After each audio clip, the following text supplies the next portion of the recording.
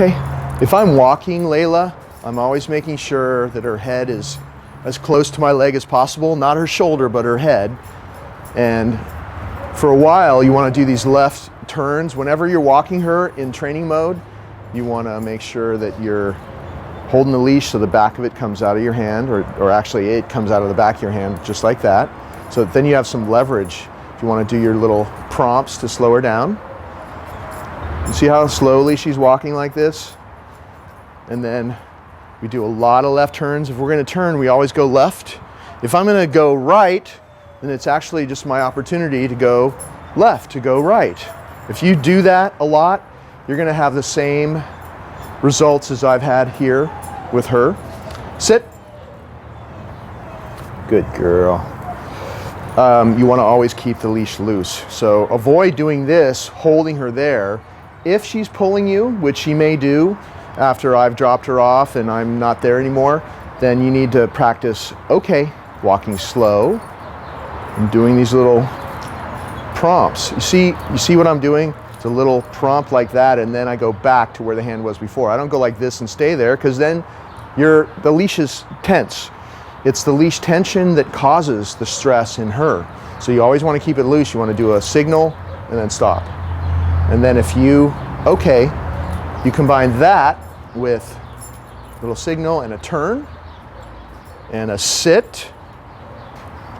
Good. You do as many of those as possible. I've seen your little patio. You can just walk around your patio and practice this 5 minutes a day, and you're going to get better at it. Definitely, if you're having a problem with this, you want to practice in a place first where there's nothing going on. Because if you can't do it there, and you also have a driveway that's fairly isolated, up and down your driveway, once you're good there, then you want to take it into places where there's more and more distractions, where she's likely to get overstimulated and start kind of losing it. So always practice just to get the moves down where there's nothing going on. Get the moves down, get her used to doing it with you, because that's part of it, and then start moving outward to where there's more and more distractions. Okay, another thing is you can walk and do a complete left circle. At the end of that left circle, have her sit. Okay, I'm just going to do a couple of these, but I'm going to have her on your side. Okay, so we're going to start over here. So I'm walking with her. Little prompt before I turn. And sit. Good. Okay, walking with her, little prompt to slow her down and turn into her. And sit. Good. And I used to do, every time I take her out, I do 6 of those in a row. When I first started taking her out, she was pulling like crazy. Every day, she pulled a little bit less, a little bit less.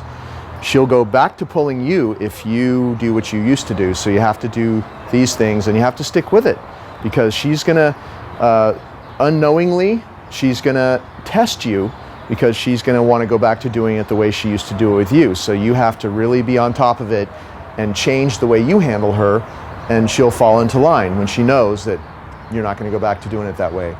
So always keep that leash loose. A good way to reset, to start again, if you're losing it, is have her sit. So you can start off at square one again. Okay, sit. If she doesn't sit fast enough, you just pull up a little bit like that. Okay, sit. It's very gentle, always very gentle. She's very sensitive. It's not good to correct her, pop her, be rough with her.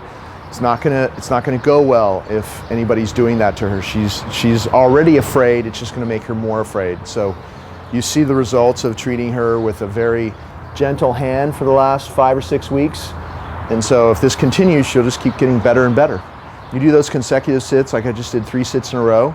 That also helps slow her down, teaches her not to pull anymore. And then, okay, these left circles, wherever you can do it, sidewalks, your driveway, wherever. It's a complete left circle. Sit. Good girl. Do those as many times as possible as well every day.